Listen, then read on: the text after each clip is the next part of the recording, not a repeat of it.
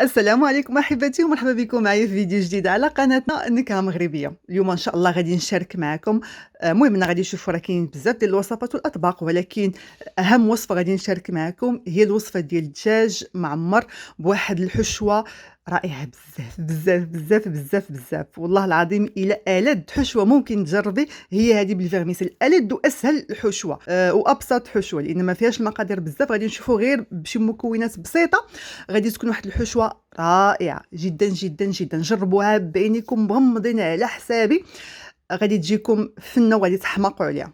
غادي نتوكلوا على الله وغادي نشوفوا المقادير ديال الحشوة اللي غادي نحتاجوا ليهم. واحد الكمية ديال الخضر مخللة، هنا غادي تشوفوا راه كمية ما بين الخضر اللي مرقدة وما بين الزيتون اللي بالعظم والحامض. هنا شفتوا راه تقريبا واحد 2 حامضات كبار.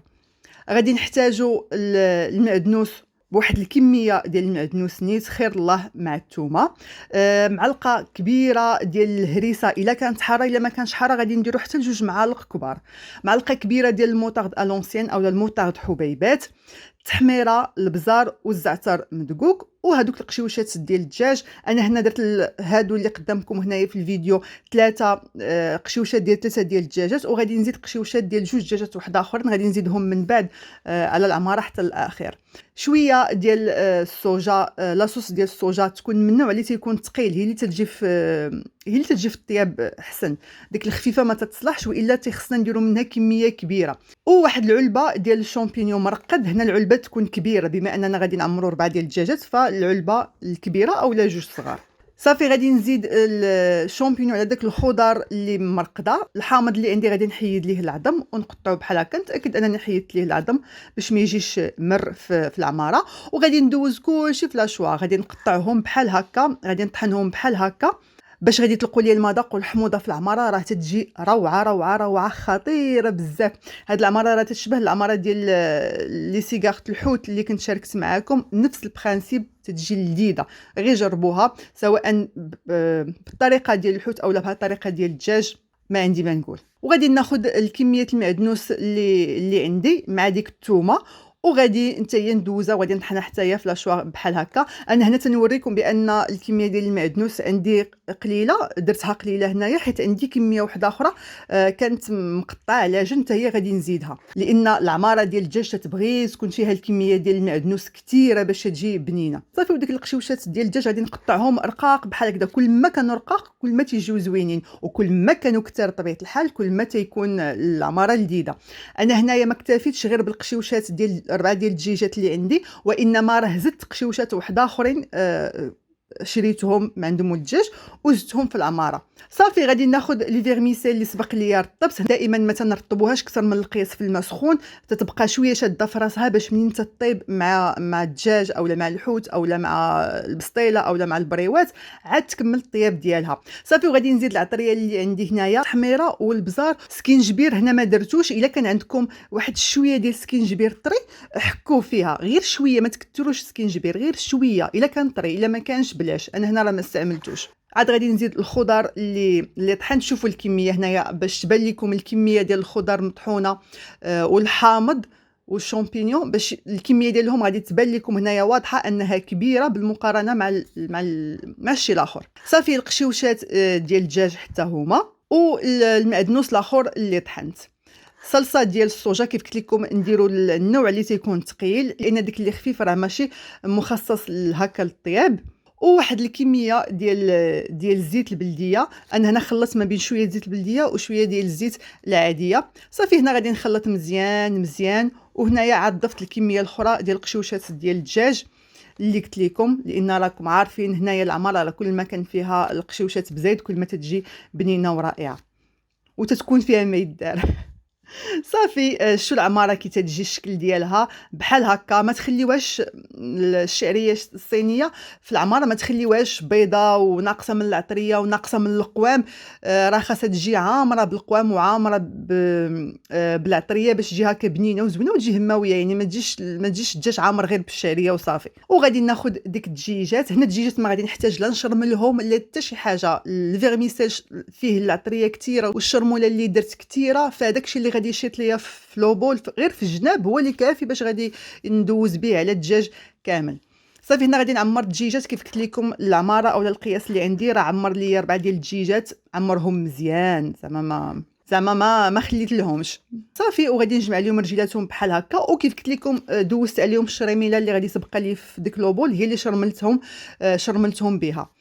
هنايا عندكم الاختيار، يا اما ديروهم يتشووا في الفران نيشان ويجيو هكاك مشويين، يا اما يتبخروا عادي يدهنوا بشويه ديال الزبده ويدخلوا يتحمروا في الفران، يا اما ديروا بحالي تجمعوهم هكا في لاطا وتغطيوهم بابي كويسون من بعد الومنيوم وتصيفطوهم الفران ديال الزنقه، تيجيو رائعين. ديك الطياب على العواد تيعطيهم واحد الريحه غزاله بزاف بزاف بزاف ومذاق رائع.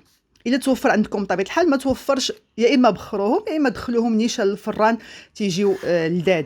هنا بلا ما نحتاج نقول لكم بان هاد العمليه ممكن نديروها نهار قبل ونبيتوا الدجيجات هكا معمرين مشرملين، ولا غد لي عاد نطيبوهم تيكون ديك الدجاج والصدر ديال الدجاج شرب شرموله ولفتي وتنكه مزيان. انا هنايا راه غير عمرتهم في نهارهم وصيفتهم الفران في نهارهم، كنت مبيته غير الدجاج في هكا في الحامض وسكينجبير والملحه وتنكه مزيان صافي وعمرتهم مباشره. هنايا تقاسمت معكم التحضيرات ديال هاد الحلوه هادي، راه كلشي تيديرها هادي من اوائل لي طاخت اللي تعلمنا واللي درنا، اللي تيكون فيها لا باز ديك الكيك ديال 2 بيضات و6 المعالق من كل حاجه، تنسقيوها بالليمون وتنديروا لا كريم باتيسير من الفوق ونقطعوا لي فخوي ونديروا فوق منه الليمون طيب مع فلون. المهم انا عارفه بان راه كلنا هاد لا طاخت هادي ما كاينش اللي ما تعرفاش وما كاينش اللي ما تيديرهاش، تتبقى لذيذه بزاف وسهله بزاف. انا بالنسبه لي تبقى من احسن واروع لي طاخت اللي تنقدم سواء كديسير او لا حتى في الكوتي تتجي زوينه. المهم انا ما تقسمش معكم الديتاي ديالها حيت تبارك الله راه الاغلبيه او لا تقريبا كلشي تيديرها، غير بغيت نفكركم بها وصافي. دجيجات من بعد ما جاو من الفران شوفوا ما نقول شكلهم راه زوين والعماره راه رائعه وريحتهم يا سلام. الدجاج اولا اللحم بصفه عامه فاش يكون طيب على العواد فتتبقى ريحته مذاقه والنكهه ديالو ليهم طابع خاص جدا. ولكن تنأكد لكم ان حتى دخلناهم الفران العادي ديالنا ديال الدار الحشوه راها مميزه جدا. صافي قدمت انا مع شويه ديال الخضره سوتي كالعاده، راه سبق لي شاركت معكم شحال من الخضره هكا مشرمله وشويه ديال الخبز والمناضه والله يجعل البركه.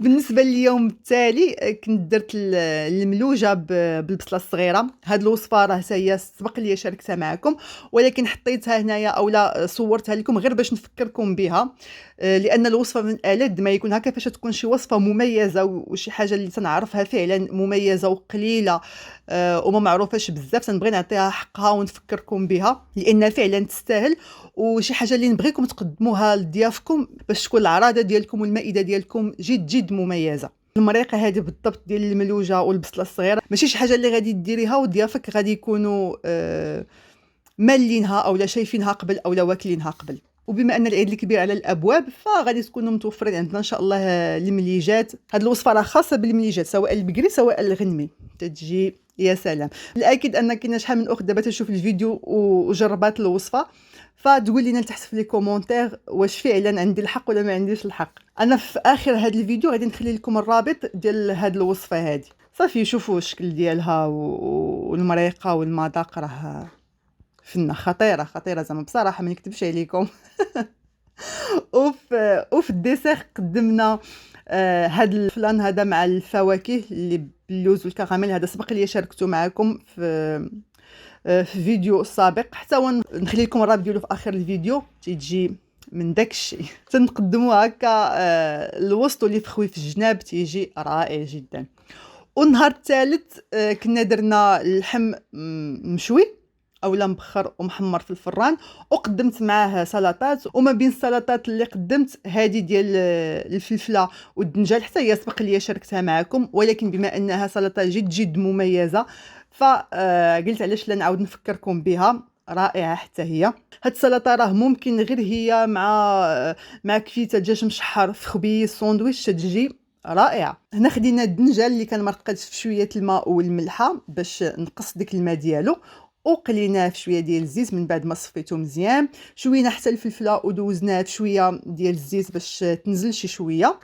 بطبيعه الحال الدنجل والفلفله يمكن لينا نديروهم في الفران. انا هنا الا كنتو مزروبين بغيتو ديروهم دغيا دغيا فاسهل حاجه هي القلي. بغيتو يكونوا صحيين اكثر فتدهنوهم بشويه ديال الزيت وتدخلوهم للفران يتحمروا مزيان. الدنجال تينزل مزيان والفلفله تتشوى حتى هي في الفران، عاد تقطعوا بحال هكا تتجي صحيه اكثر وخفيفه اكثر. غادي نقطعوا طريف ديال الحامض رقيق، الحامض مصير نقطعوا رقيق بحال هكاك، وشويه ديال الزيتون. انا هنايا الزيتون ما كانش عندي داك اللي بالعظم ومقطع، فخديت غير الزيتون العادي بالعظم وحيدنا ليه العظم بحال هكا، قطعناه بحال هكا بالموس. انا عندي هنايا الزيتون اللي كان مرقد في الحار وهو اللي غادي نخدم به السلطه. صافي غادي نخلط كلشي في بول وغادي نعصر عليهم واحد نص حامضه. هنايا اما حامضه صغيره يا اما نص حامضه كبيره اللي يكون فيها الماء مزيان. تبغي راكم عارفين بانها الدنجال مقلي والفلفله مقليه تيبغي واحد الكميه ديال الحامض هكا معصور. وغادي نضيف شويه ديال الثومه هكا محكوكه وشويه ديال القزبر. هنا شويه ديال الكمون وشويه ديال الملحه نردوا البال لان الحامض والزيتون راهم مالحين، والدنجال حتى هو كان مرقد في الملحه قبل، فنردوا البال الملحه نذوقوا عاد نزيدوا شويه ديال الملحه. صافي ونخلطوا مزيان. وهنايا غادي نضيف شويه ديال الزيت البلديه غير شويه، راه الدنجال والفلفله تيكونوا شويه ميدمين فنردوا بالنا نزيدوا غير شويه. الا كنتم مطيبين الدنجال والفلفله في الفران فالاكيد غادي تحتاجوا زيت اكثر من هكا في التخلاط ديال السلطه. صافي هنايا قدمت اللحم. هنايا اللحم فورته حتى طاب مزيان ودهنته بشويه ديال الزبده ودخلته للفران حتى تحمر. عاد قدمته هنايا مع الخضر اللي مشحره. ما شاركتش معكم الخضره مشحره لانني سبق لي شاركتها معكم شحال من خطره، فقط غادي نفكركم بالبرانسيپ ديال الخضره مشحره. الا بغينا هكا نشحروا خضيره بالزبده فحنا تنديروا معاها المعدنوس والثومه وشويه البزار وتنشحروا خضيره مزيان. كيف درت انا هنا في اللوبيا. كنا بغينا نشحروا بالزيت البلديه فتنديروا الزيت البلديه والقزبر والكمون والتحميره والثومه كيف درت هنايا مع خيزو والبطاطا. غير هو خيزو في الاخير تنزيد عليه العصره ديال الحامض. صافي والبطاطا ما تنزيد معاها والو. صافي سهله. فاش نبغيو نشحروا بالزبده تنديروا المعدنوس والثومه والبزار. فاش نبغيو نشحروا بالزيت البلديه تنديروا القزبر والكمون والتحميره وشويه ديال الثومه. صافي هذا مكان. وهكا كان التبصيل ديالنا. حطيت ديك السلطه وحطيت شويه ديال الزيتون حار، وهذا هو التبصيل ديالنا وهذا هو الغدا ديالنا. هذيك اللي حطيت راها البصيله اللي كنت بخرت مع اللحم اللي كان تيطيب، زدت معاه بصيله هكا حتى هي تبخرات وفي الاخير قدمتها مع اللحم بحال هكاك. صافي وشويه ديال الكمون والملح اكيد في الجنب. وهذا هو الغدا ديالنا هكا كان. صافي هنا بالنسبه لاطاخت انا كنا صايبناها النهار اللي قبل ولكن ما قدمناهاش في ديك النهار. حتى اليوم عاد قدمناها مع اللحم كويزيلاتها شويه ديال الفاكهه. وهذا الشيء اللي كاين. وحتى نشوفكم ان شاء الله في فيديو ماجي. ومن هنا لتما خليت لكم من هنا اللي ما يفنى. شكرا وبسلامه.